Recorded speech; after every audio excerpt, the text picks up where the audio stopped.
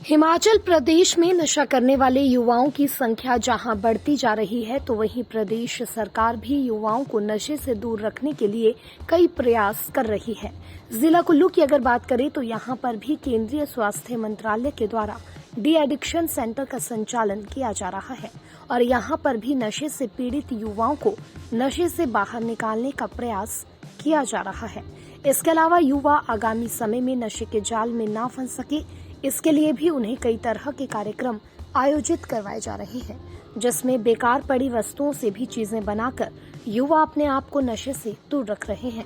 जिला कुल्लू के भूंतर में चल रहे डी एडिक्शन सेंटर में अपना इलाज करवा रहे युवक और युवतियों के द्वारा भी बेकार पड़ी वस्तुओं से कई चीजों का निर्माण किया गया है और डी एडिक्शन सेंटर के द्वारा इन सभी चीजों को बिक्री के लिए ढालपुर के प्रदर्शनी मैदान में भी रखा गया है। यहाँ प्रदर्शनी मैदान में लगाए गए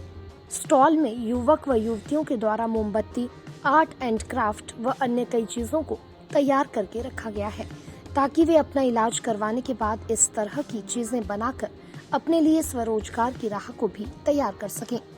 डी एडिक्शन सेंटर के प्रभारी डॉक्टर सत्यव्रत वैद्य का क्या कहना है, आप भी सुनिए। ये देखिए, हमारी तरफ से एक प्रयास है कि जितने भी पेशेंट्स हमारे पास आते हैं ऑक्यूपेशनल रिहैबिलिटेशन के अंतर्गत उनसे ये काम करवाते हैं हम, जिससे नशे की तरफ से उनका ध्यान हट जाता है और कंसंट्रेशन जो है और चीज़ों की तरफ लग जाती है। ये वेस्ट मटेरियल से और बड़ा बेसिक चीज़ें हमने इकट्ठा करके उनसे ये प्रोजेक्ट्स बनवाते हैं और जिससे उनका ध्यान जो है एक पॉजिटिव तरीके से चेंज हो जाता है। देखिए, इनको एक सकारात्मक तरीके से ट्रीट करके उनको एक व्यवसाय की ऑप्शन भी मिलती है। वो देखते हैं कि कारपेंट्री है या कोई पेंटिंग्स है या कोई पाइन नीडल से कुछ बनवा सकते हैं, तो इस तरह से वो आगे को भी अपना व्यवसाय करके एग्जीबिशंस लगाने की क्षमता रखते हैं और अपना ध्यान जो है वो एक पॉजिटिव तरीके से बाकी चीज़ों में लगाते हैं रादर दैन अपना ड्रग्स में। हम देखें, जो अब पिछले 3 साल के हम आंकड़े लें तो करीबन 6,500 पेशेंट्स हमारे पास रजिस्टर करा चुके हैं, जिनमें से करीबन 350 महिलाएं भी हैं। तो वो सभी उपचाराधीन हैं और हमारे पास बार बार फॉलोअप के लिए आते रहते हैं और हमको पता लगता रहता है कि वो ठीक है। हिमाचल प्रदेश में नशा करने वाले युवाओं की संख्या जहां बढ़ती जा रही है, तो वहीं प्रदेश सरकार भी युवाओं को नशे से दूर रखने के लिए कई प्रयास कर रही है। जिला कुल्लू की अगर बात करें तो यहां पर भी केंद्रीय स्वास्थ्य मंत्रालय के द्वारा डी एडिक्शन सेंटर का संचालन किया जा रहा है और यहां पर भी नशे से पीड़ित युवाओं को नशे से बाहर निकालने का प्रयास किया जा रहा है। इसके अलावा युवा आगामी समय में नशे के जाल में ना फंस सके, इसके लिए भी उन्हें कई तरह के कार्यक्रम आयोजित करवाए जा रहे हैं, जिसमें बेकार पड़ी वस्तुओं से भी चीजें बनाकर युवा अपने आप को नशे से दूर रख रहे हैं। जिला कुल्लू के भूंतर में चल रहे डी एडिक्शन सेंटर में अपना इलाज करवा रहे युवक और युवतियों के द्वारा भी बेकार पड़ी वस्तुओं से कई चीजों का निर्माण किया गया है और डी एडिक्शन सेंटर के द्वारा इन सभी चीजों को बिक्री के लिए ढालपुर के प्रदर्शनी मैदान में भी रखा गया है। यहाँ प्रदर्शनी मैदान में लगाए गए स्टॉल में युवक व युवतियों के द्वारा मोमबत्ती, आर्ट एंड क्राफ्ट व अन्य कई चीजों को तैयार करके रखा गया है,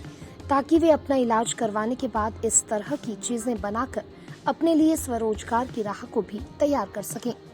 डी एडिक्शन सेंटर के प्रभारी डॉक्टर सत्यव्रत वैद्य का क्या कहना है, आप भी सुनिए। ये देखिए, हमारी तरफ से एक प्रयास है कि जितने भी पेशेंट्स हमारे पास आते हैं ऑक्यूपेशनल रिहैबिलिटेशन के अंतर्गत उनसे ये काम करवाते हैं हम, जिससे नशे की तरफ से उनका ध्यान हट जाता है और कंसंट्रेशन जो है और चीज़ों की तरफ लग जाती है। ये वेस्ट मटेरियल से और बड़ा बेसिक चीज़ें हमने इकट्ठा करके उनसे ये प्रोजेक्ट्स बनवाते हैं और जिससे उनका ध्यान जो है एक पॉजिटिव तरीके से चेंज हो जाता है। देखिए, इनको एक सकारात्मक तरीके से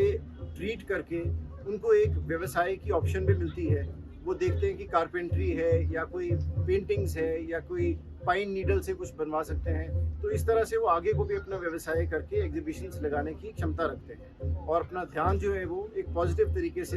बाकी चीज़ों में लगाते हैं रादर दैन अपना ड्रग्स में। हम देखें, जो अब पिछले 3 साल के हम आंकड़े लें तो करीबन 6,500 पेशेंट्स हमारे पास रजिस्टर करा चुके हैं, जिनमें से करीबन 350 महिलाएं भी हैं। तो वो सभी उपचाराधीन हैं और हमारे पास बार बार फॉलोअप के लिए आते रहते हैं और हमको पता लगता रहता है कि वो ठीक है।